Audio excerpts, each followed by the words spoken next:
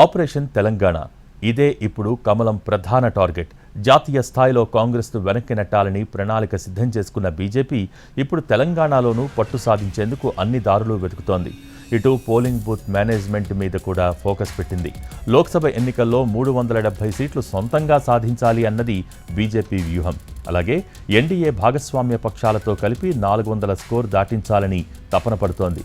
ఇందులో భాగంగా పార్టీ ఎక్కడెక్కడ బలహీనంగా ఉందో అక్కడ ప్రత్యేకంగా దృష్టి పెట్టింది.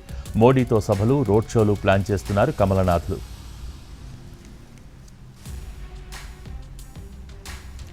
ప్రధానంగా దక్షిణాది రాష్ట్రాలలో 130 స్థానాలు ఉన్నా అందులో మూడో వంతు కూడా బీజేపీ కైవసం చేసుకోలేకపోతోంది. ఒక్క కర్ణాటక తప్ప మిగతా రాష్ట్రాలలో పెద్దగా సత్తా చాటింది లేదు.